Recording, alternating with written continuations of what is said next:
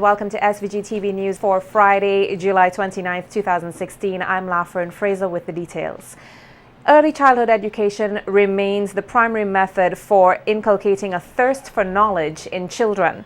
This was the comment made by Training Coordinator Gwennath Cambridge today as the Ministry of Education, in conjunction with the SVG Teachers Union and the Basic Needs Trust Fund, held a closing ceremony for the 2016 Early Childhood Education Summer Training Program at the Girls High School. Cambridge, a coordinator of the program, thanked the teachers for their continued commitment to the program and the children of the nation.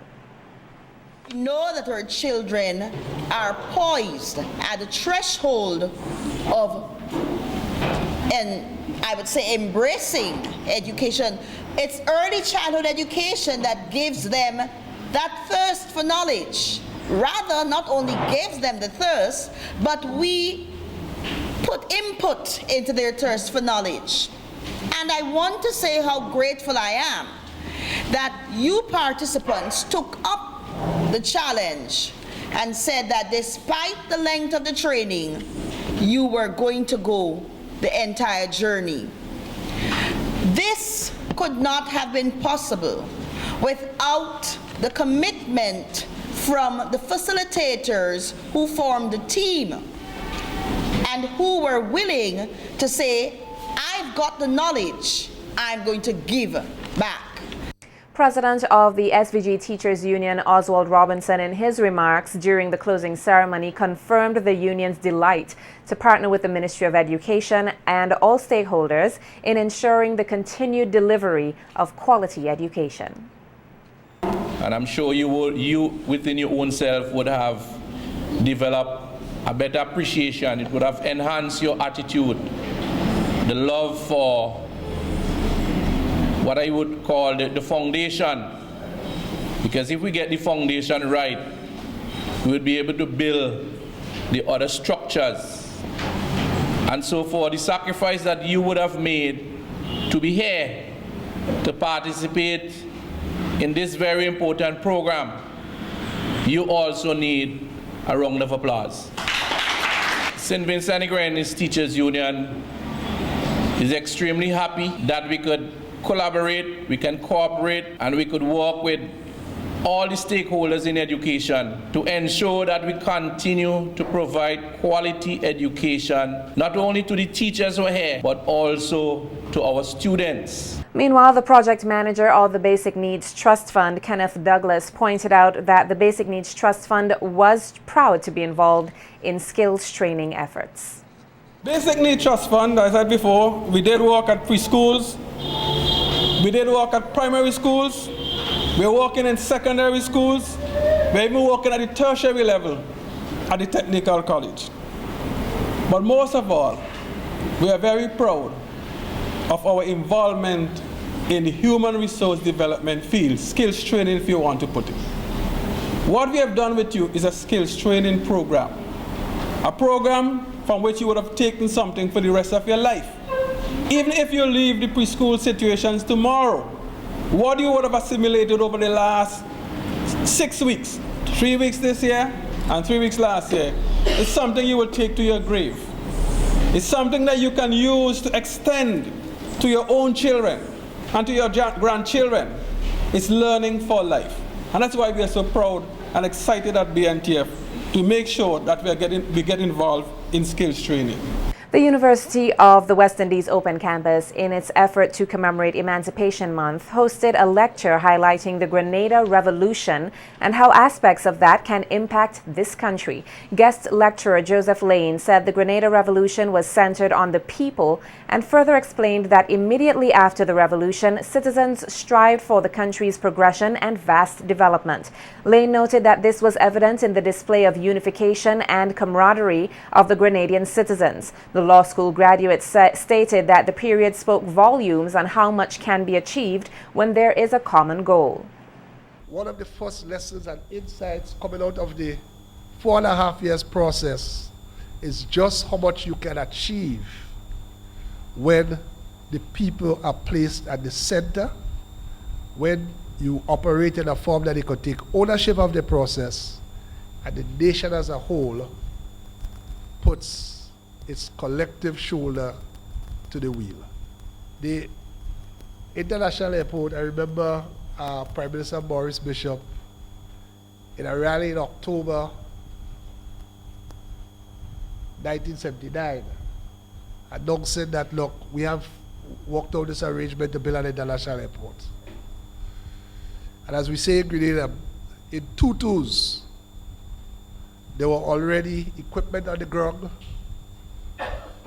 and within 4 years, there was an international airport established.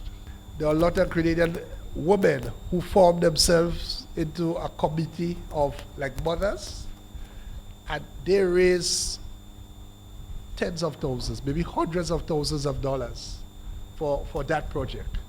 The guest lecturer further opined that while many positives were derived from the Grenada Revolution, he does not idolize it, as there are also negatives. However, the greatest strength of the Grenada Revolution was its capacity to mobilize the youth.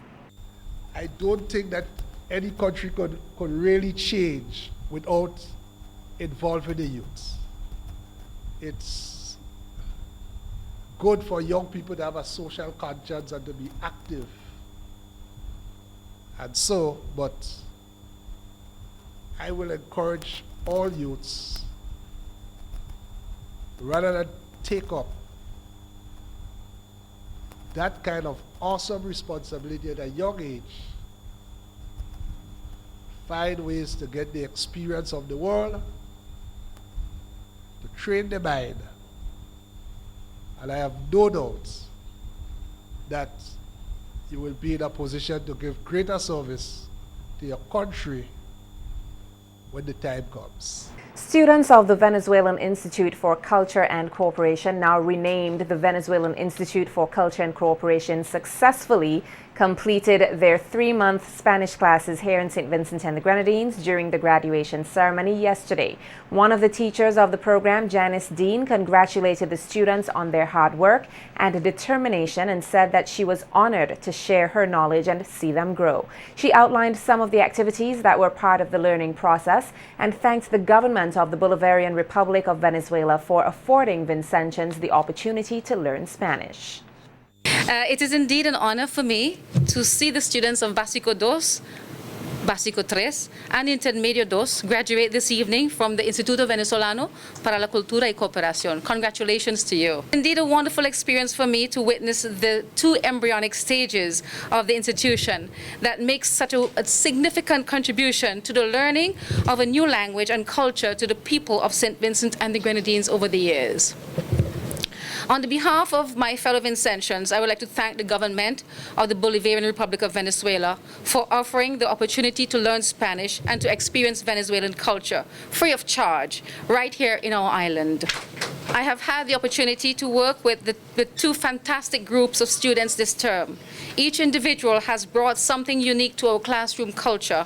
We did many activities such as dramatizations, dialogues, individual presentations, reading and listening exercises. We sang songs and much more. All these contributed significantly to the acquisition of language and prepared us with improved communication skills in Spanish. And the students seized the opportunity to share their experiences as well as performances of dance, song, and tribute poems as we see in this feature. My experience was a good one, you know. I've learned a lot of new friends, people, a new language, obviously. So I'm learning medicine with Spanish. So some people may ask, how do I cope? But really learning is how I cope.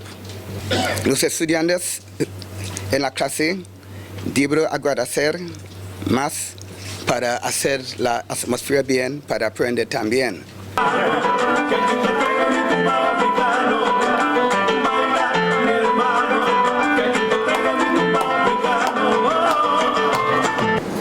Chávez vive, la lucha sigue y su legado que debemos continuar.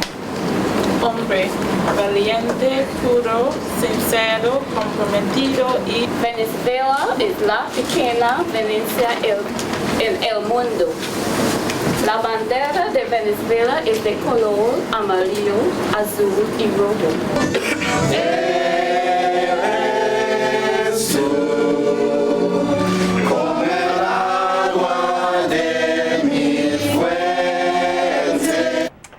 Prime Minister Dr. Ralph Gonsalves, in response to the letter issued by the Reporters Without Borders, commended the organization for its genuine interest in the Cybercrime Bill 2016. Gonsalves, in his response today to RSF, stated that the Cybercrime Bill, which is to go before the Parliament, is a common piece of legislation that was drafted through the appropriate regional mechanisms for consideration by member states of the Caribbean Community and the Organization of Eastern Caribbean States. The Prime Minister's letter, while it addressed several aspects of the bill which the RSF had highlighted, made mention that Clause 16, which highlights harassment by electronic communication, cyberbullying, and sexual harassment by electronic communication, has already been amended. But Dr. Gonsalves said he is against the view that the offense of criminal defamation has a chilling effect on freedom of press and freedom of expression. In the letter, he said, while he understands RSF's position, he considers it to be wrong in this nation's circumstances. There will be a report from the Select Committee on Thursday in Parliament.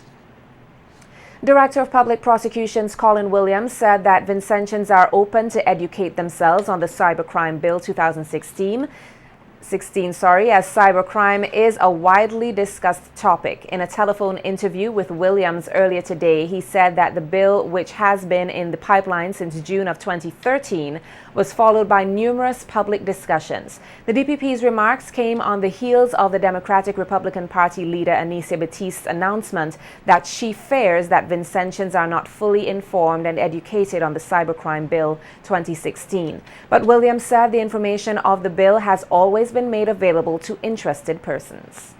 Since June 2013, looking at the draft bill then, there was a hiatus, and then again when the present bill was brought before Parliament, it was published and publicized, and an invitation extended to persons to participate and to submit memoranda.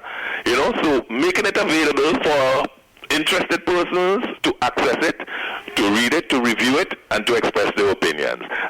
Similarly, I believe that persons who were not necessarily entitled as of right to be a part of the Select Committee were invited to make input. Then persons who have a vested interest in different things, whether from the legal aspect, from the business aspect, or even from the political aspect, were invited to participate. He further responded to Batiste's strong condemnation of Clause 16 of the bill, which highlights harassment by electronic communication, cyberbullying, and sexual harassment by electronic communication. Williams explained, while persons may have difficulty comprehending some aspects of the bill, it does not fault the bill. There are things that persons who do not fully understand how certain legal phrases are interpreted and so on by the courts may have difficulty in digesting fully then the scope and intent of certain things. But then that is not a fault of the bill. That is a fault of really a shortcoming on the part of persons' own appreciation and comprehension of certain things, I would say. Right? The situation is it addresses computer-based libel in certain aspects then, because we already have criminal libel, and persons who want the issue of criminal libel has always been a part of, it has been a part of our law for quite some time, so to extend the whole concept as to what is publication in a permanent form within the issue of the IT world, how does that hinder free and fair expression? That it does not hinder free and fair expression, it hinders those. The Cybercrime Bill 2016 is expected to be debated in Parliament on Friday, August 4th. Persons across the globe continue to face the ravages of cancer, and in even Little St. Vincent and the Grenadines, this disease leaves a deadly trail as the leading cause of death. Project Pink SVG, which was created to lend support and provide help to cancer patients and their families, had its official launch last evening. SVG-TV's Nikita Tony was there and filed this report. Merging the gap between generations for a single cause, Project Pink has embarked on a mission to create a movement to rid the world of all types of cancer. Their main focus for 2016, however, is on breast cancer awareness. Vincentian designer Karen De Freitas, who is the primary force behind Project Pink, outlined that her passion for fighting cancer was due to her recent loss of loved ones to the deadly disease. She said that the aim of the movement is not only to help persons confront the disease, but also to provide support and possible treatment solutions. I want to create a space where anyone from any background, despite age, gender, race, class, could give of their genius, and most importantly, collaborate to create a way to support someone and their family through this challenging period in their lives. We are merging fashion with technology, food with business, with health to create a way to raise funds to support our warriors, as I love to call them. The whole Project Pink will be the first annual gala event where we will focus on awareness of other cancers such as Project Blue, which will bring focus to our men, and prostate cancer in upcoming years. Fully endorsing the project, Minister of Health, Wellness and the Environment Luke Brown commended the group for their efforts thus far and noted his ministry's willingness to partner with them in the fight against cancer. We have a problem with cancer, and the intentions of this organization are utterly noble. And it is expressed in ambitious language. And this is to rid the world of cancer. I want us to focus our attention on that effort. And expressed another way, it is to help people live. And what could be more beneficial for humanity than for us to tackle one of the problems that has caused death and heartache to so many of us, and for us to help to not only prolong, but to improve the quality of lives that people are living. Cancer survivor and a founding member of Project Pink, Natifa Bonadi, pointed out that while cancer patients and survivors all need support and encouragement, they are not asking for special treatment. After you've gone through cancer, life is very different. You view life very differently. So I think a project such as Project Pink is very important. Organizations such as Scotch, which also help with counseling, but there needs to be so much more. We are so far behind when it comes to treatment. We're so far behind when it comes to actually treating the entire person. It's not just about chemotherapy. It's all about nutrition. It's all about counseling for us to feel normal, because that's all that cancer survivors want to feel is normal. The organization also received endorsement from the St. Vincent and the Grenadines Medical Association and the Scotch Cancer Support Group, who both welcomed the new partner in the battle against the disease. The Project Pink calendar will culminate on October 29, 2016 with a grand gala and fashion show, with all proceeds of the event going towards cancer treatment. Nikita Tony reporting for SVG-TV News. Radio broadcaster at Nice Radio, Laverne Gypsy Phillips, was flown out of this country today to Barbados, where she will receive medical attention. According to proprietor of BDS Nice Radio, Douglas De Freitas, a mass has been discovered on Phillips' brain, which has affected her concentration and speech. De Freitas said that funds are urgently needed to assist the mother of a young son in her medical expenses, as she will require surgery. They found a mass in her brain, and that has been affecting her. She had recognized that something was wrong with her because she came to my wife one day and myself crying, and she said, I cannot string my sentences together. Something is wrong. And we were speaking about the issue, and we said, you need to go to a doctor. So I want to give thanks to a lot of people. Dr. Robertson, you know, as a friend of the station, also said, oh, well, send her and I look. So he had done some preliminary looking and had some ideas of what may be wrong. But when this thing started to get more intense, Major Leacock did call on Dr. Garway to have a look at her, and he ordered the scan. De Freitas thanked everyone who has responded to the request to assist, but called for more persons to give from the heart. De Freitas expressed gratitude to several persons for their generosity, most notably Prime Minister Dr. Ralph Gonsalves, who has offered a chartered flight to Barbados on which Phillips will be transported. So it came to the point, well, immediately I discussed with the family. I say, I would like to put out an appeal because I know once you're dealing with things like the brain and you never know uncertainties, what will happen or what can happen, could be a very expensive ordeal, and it could be a lengthy one too. So I ask persons out there to, give from their heart. So that's what the appeal is about, to, helping to save somebody's life. And I want to thank the persons who have responded immediately. We have some persons who responded immediately and some who promised that response is forthcoming. Dr. Gonzalez called, the Prime Minister called, and he said he saw the appeal on Eyewitness News, and he said that he would like to assist. And so I really want to thank him for also coming out and assisting. So with that, we fast-tracked because we needed to do an MRI. We don't have an MRI machine in St. Vincent. And so she is going to Barbados tomorrow. Special arrangement made by the Prime Minister to get a charter flight out of here because she couldn't travel on regular airline. Dr. Gonsalves also offered medical treatment in Cuba to Phillips, but doctors advised that the trip would be too lengthy given the medical state of the radio broadcaster is in. With the Emancipation holiday just days away, Cultural Officer in the Ministry of Tourism, Sports and Culture, Anthony Tybalt, saw it fit to educate the public on Vincentian history.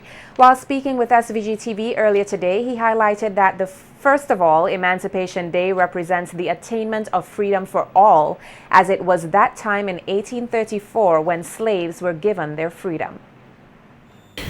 The Emancipation Day represents that period of time when, first of all, in 1834, the slavery was brought to an end and persons under 6 were considered free citizens.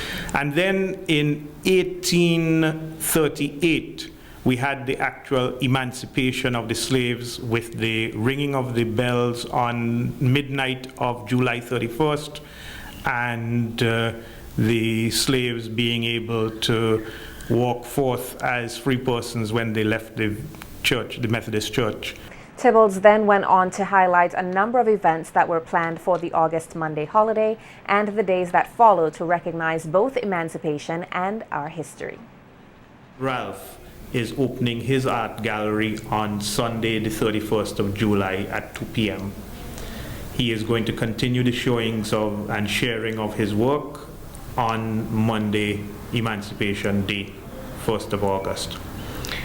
There is a community rally in Petit Bodel presented by Trinity Youths. There is a community gathering in Sion Hill by the Lazarus Foundation. The Diabetic and Hypertensive Association is putting on an obstacle course color run. A very fun event at 5 o'clock in the morning, starting from the area of the Peace Memorial Hall and going all the way out to the Indian Bay area. There is a march and rally being presented between Argyle and Peruvian Vale by the People's Movement for Change, and that should happen about 3 p.m. in the afternoon. So those are the things happening on Emancipation Day itself. There are several other activities happening throughout the month.